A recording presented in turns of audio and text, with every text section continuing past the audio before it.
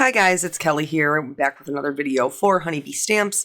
Today we are going to be combining some older products with some newer products and doing a shaped card with a bonus card that I didn't even know I was going to be making. So first I have the vintage mailbox. That's kind of the vector for which all of the cards will be made. I also have this cute little postcard from the new release, as well as the sentiments, which are the mailbox memos, and then this sweet little one to decorate the postcard. And then my older products are my Lovely Layers Magnolia and the Spring Birds and Spring Greenery. So here, you can do gold accents if you don't want to do any like additional coloring or anything like that. You can use a gold mirror cardstock for your accents, but I chose to go with like a goldenrod colored cardstock, just so that way I could add my own coloring and dimension. The base of our card is going to be black, and we're actually going to need 2 of those flat, like the back pieces, flat back pieces, and then 1 of the front. So here, this has such really great like detail that's just like embosses into the cardstock, and I really wanted to highlight that. So I'm actually inking up my die with my Honeybee metallic gold pigment ink.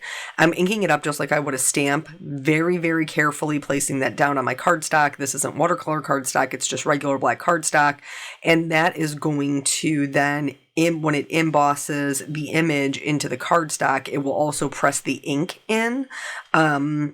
And I really love the way that it turned out. It's obviously like a technique that you would use for more of, it's not going to be a perfect impression, is what I'm trying to say. So more of like a vintage feel, where if there's a little bit of gold, you know, in other places, it's not going to be a huge deal. Doesn't that look super, super cool?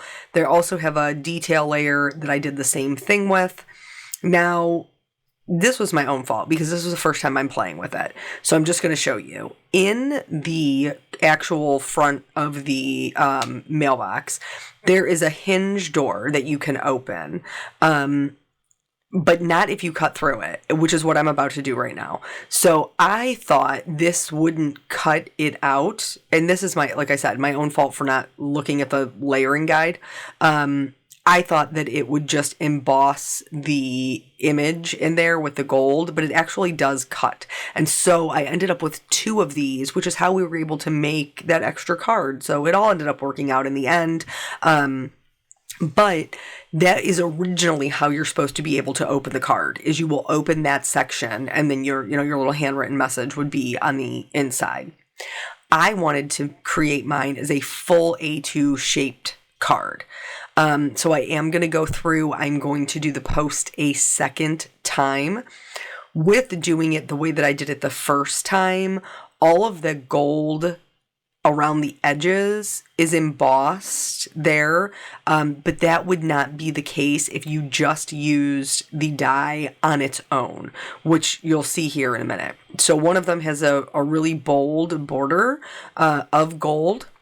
This one is just going to have a thin border of gold and an open black border.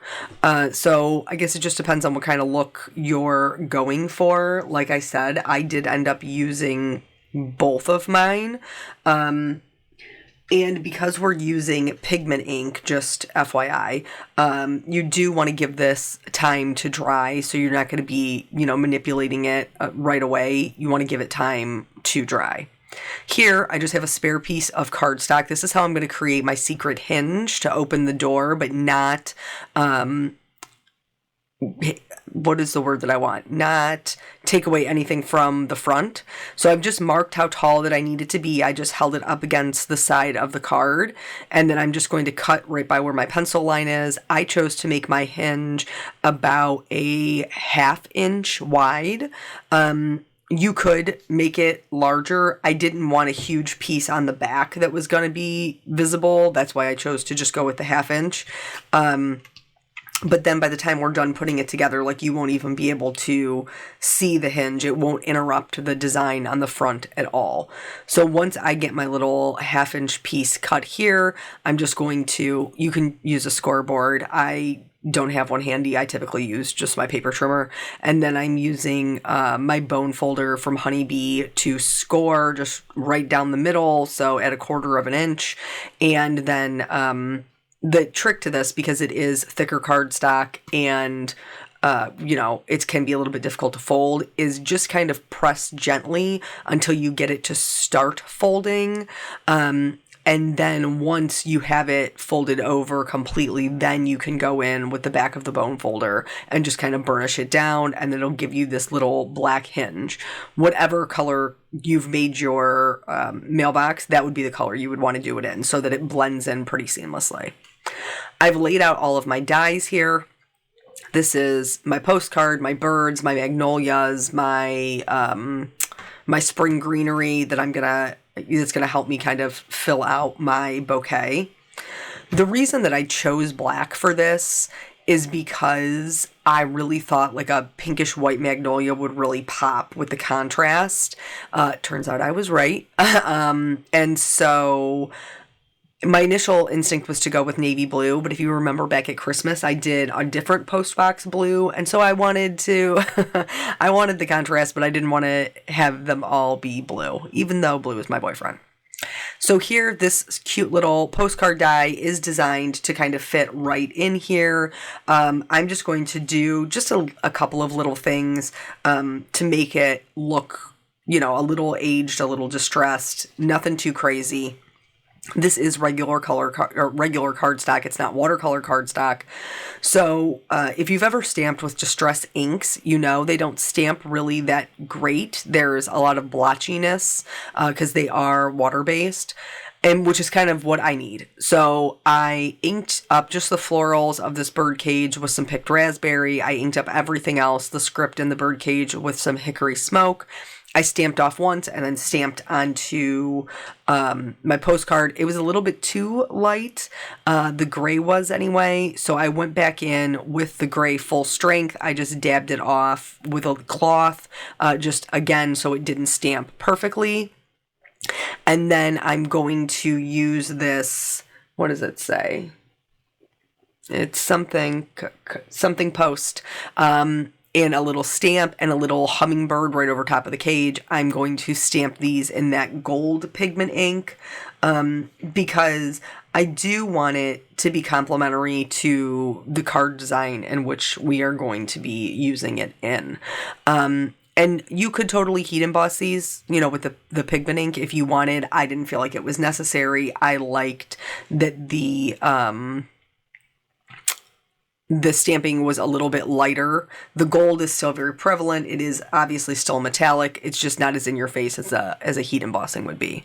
I used another seal and like the little posted stamp, and I stamped these in the picked raspberry again.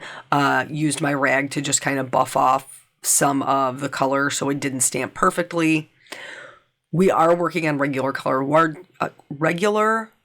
paper cardstock. Why can I not say that?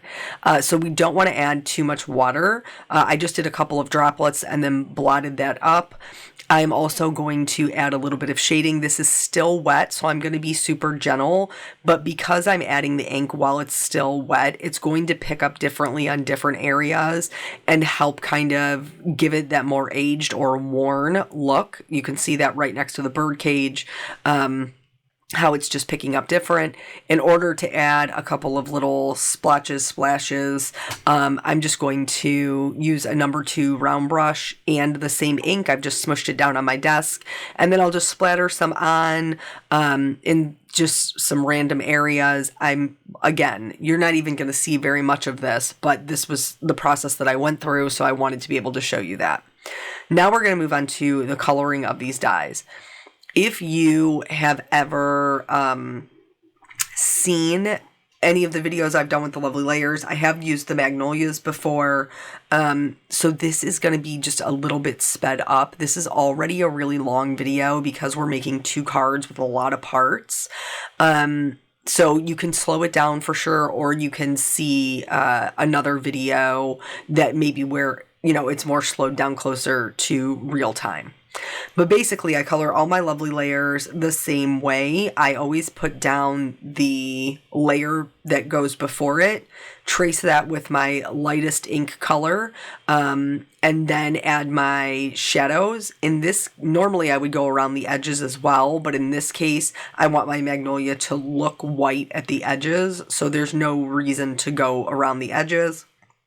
I do always double check by putting the what are we calling that? The previous layer, by putting the previous layer back on top to make sure that all of the things that I needed are covered. And again, here I kind of lost myself for a minute because I'm used to just going over the whole line with my darkest color when I'm adding the shadows.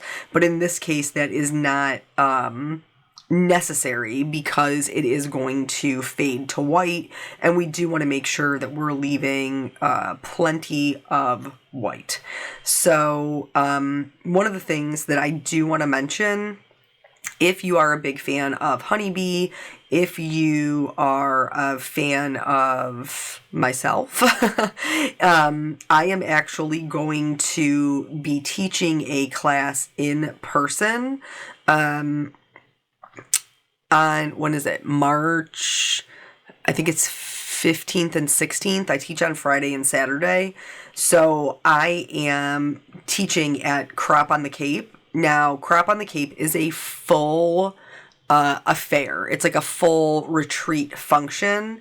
But it's open to the public and there are still slots available. So if you are local, or if you are a person who's within driving distance and you want to take the class, that is still open. There's still spots open. I actually have 2 classes. The one that I am teaching with Honeybee products actually does use the magnolia and does use the spring birds. We're just doing a different technique, still, including Copic coloring.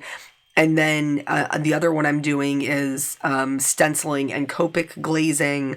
That one still has seats available as well, as I'm teaching 2 sessions of each class. So one of each class is already sold out. The other session is the one that still has them open. So if you're local or if you're, looking, to take a day trip and you want to take a class,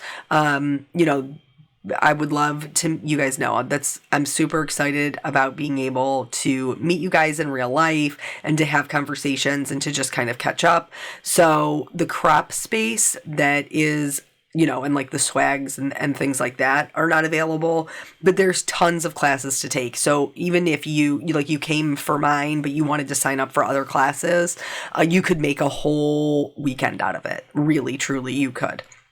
So here, I just wanted to know that for the centers, I did go back and get the edges with that E99 so that when everything was put together, you wouldn't see any white edges. For this little bird, birds are challenging for me, because I'm always drawn to do them specific colors, but blue is my go-to color. Blue didn't fit with my color scheme this time around, guys. So I decided that I was going to do my little, I think it's a robin here, more of a golden brown. So I would just be mimicking the colors of the center of my magnolia. And then I would do his head and chest, that portion of it, a darker version of the magnolia. So really what the color scheme that I have chosen here is a bit more muted, is a bit more on the, kind of like romantic side. But it's like a yellow, pink, green combination, which is a really great triadic combination off the color wheel. And so I knew that they would work nicely together. The gold, the black are neutrals, and I tried very hard to leave other neutrals. So like the bird's belly, you'll see here in just a second, we're doing some warm gray colors, and the magnolia, the edges of it are that white. So I tried to stick to those repeating colors so that it would have a cohesiveness, so that the whole design would have a cohesiveness. But I was pleasantly surprised with the way that these turned out. You guys know that dyes are sometimes a struggle for me. And so I was really pretty happy with the way that the whole thing turned out. And added bonus, because the original idea that I had, I didn't love. I ended up with a second card that I will be able to use. If you're not a person who's into shaped cards, the second card may be an option for you. It's not quite as involved as a shaped card. So there is that as well. As far as, just general life goes, thank you guys so much for the well wishes. As the last time I talked to you, I told you my whole family was a little bit under the weather. Things are getting better. Everybody's kind of getting over it. Not 100%, but like I don't feel bad. So I'm going to take that as the blessing that it is and move on with my life. I do feel there's so much happening that I have to get done before I can go out of town. Not to mention the stuff I have to get done so I can go out of town. And I haven't really truly traveled in a long time. Partially due to the pandemic, partially due to my own anxiety. So it's going to be interesting. Pray for me, y'all. I need it. So let's talk about these little flowers. These are a great little way to add in like another pop of color and round out a bouquet. These are part of the spring greenery. I also used 2 of the other leaves set from the spring greenery set. And I originally I like using a variation of greens, but I don't want to have 800 colors that I've pulled out marker-wise. And the same thing with the florals. So I wanted the florals to be similar, in the same kind of pink family, but not exactly the same. So I started by doing a purple base. Now I am using stippling to color these particular types of flowers, which is just a series of basically polka dots, just a series of dots to fill those in. But by giving it the purple base with the VO5 and the VO6, it changes the color up just enough that it doesn't look identical, but it is complementary. So that way you don't have to use, 102 different kinds of colors. We have a pinkish purple, we have a more traditional rose, we have the golden yellow, and we have some variations of the greens. So the first greens that I did, I used a blue-green as the base, and then I used kind of more of a yellow-green as my lightest color to kind of blend that out.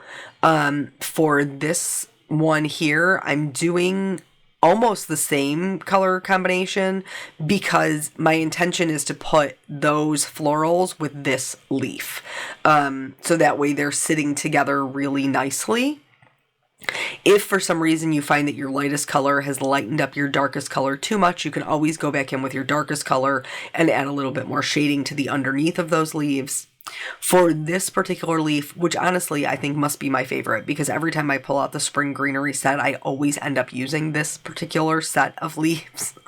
I do not know why, I am drawn to it. But so I use the darkest color to follow along the veins that are embossed from the die, as well as my stem. And this is a darker version of a more true green. And then I used some more yellow greens to kind of pull that out, but they are more muted yellow greens. So we're still playing really nicely with the previous greens, but they're not, again, not identical, just complementary. And then I did use the same color to blend them out as I did for the previous one.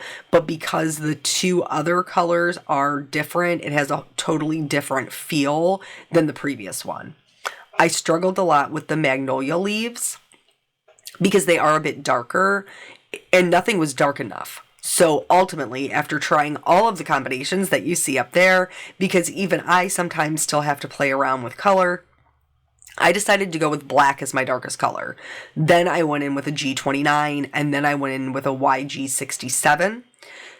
The YG67 bleached out the 29 a bit too much, so I did have to go back in and go back over it, but I was much happier with the dimension achieved in those leaves. For the goldenrod pieces, I just used the same colors I used to shade the bird on the center of the magnolia. And now we are to the point where we are building our hidden hinge. So here's those 2 black pieces that are in the back that we cut. We're going to use our hinge to attach these together. So I just have some like rip and stick tape from Honeybee here. I'm going to put 1 on each side. This one I think is it's not 1/4 inch, 1/8 inch I think is what the width is. So I'm just going to put that on one side. I'm going to leave the tape backer on one side, peel it off the other side, and then I'm going to line these up together, make sure that they match up. And then just before that bottom, like decorative edge, I'm going to line up my hinge and then press that down. Again, I'm going to make sure everything is super lined up with my 2 pieces, and then I will fold it over, and this is going to give us our shaped base so that the whole card opens. But because we have all this beautiful detail in the front, I didn't want to interfere with the design, which is why I'm hiding the hinge. I'm also hiding all of the stuff that we're going to tuck into this pocket. That is, the die leaves a cut line in the top, flap portion, and also for this door to be opened. So you would see anything that you tucked in there. This is going to hide all of the things that I want to tuck into that little pocket from the recipient. So I used again, I think it's like 1/8 inch or 1/4 inch, 1/8 inch, 16th. Anyway, it'll be linked. They're foam strips, and I just use this. You'll notice I did not put anything at the top there in case I wanted to tuck something into the top section. But this is going to give me enough height that I will be able to comfortably tuck in my dies without any issue with the post box portion. So in order to attach that, I am now switching it up, and I am using a much thicker foam tape. This is the little foam circles, and I'm concentrating them in the bottom and in the center. There's a good 1/4 inch gap at the top, and I am leaving that there on purpose so that I can tuck all of my dies in and not run into my foam tape to where things don't fit. Because I like to be sure I'm sure when I'm putting things down, I do use liquid adhesive on the back of my foam to make sure if I need to pick it back up, I do have a little bit of wiggle room, because quite honestly, I don't trust myself. So here you can see that gap there. Everything will be able to be tucked in. We're going to add our little accents, the keyhole. There isn't a right or a wrong place to put it. I just put it where they had it in the layering guide. I also added the top decor piece and then the 2 little metal accents on the, what would be the hinged portion of the mailbox that would go up. I added some Hero Art wax in gold on top of that to add a little bit of shine and a little bit of texture.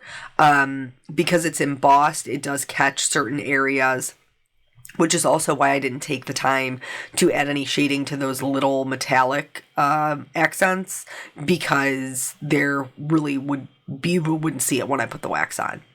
So now we are very quickly going to adhere any of the layers that we have to put together. I always find liquid adhesive and my tweezers to be my best friends when putting any of the lovely layers together.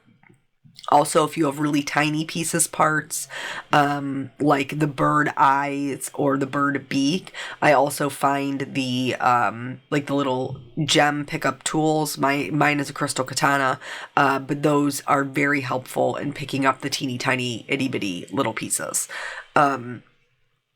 So I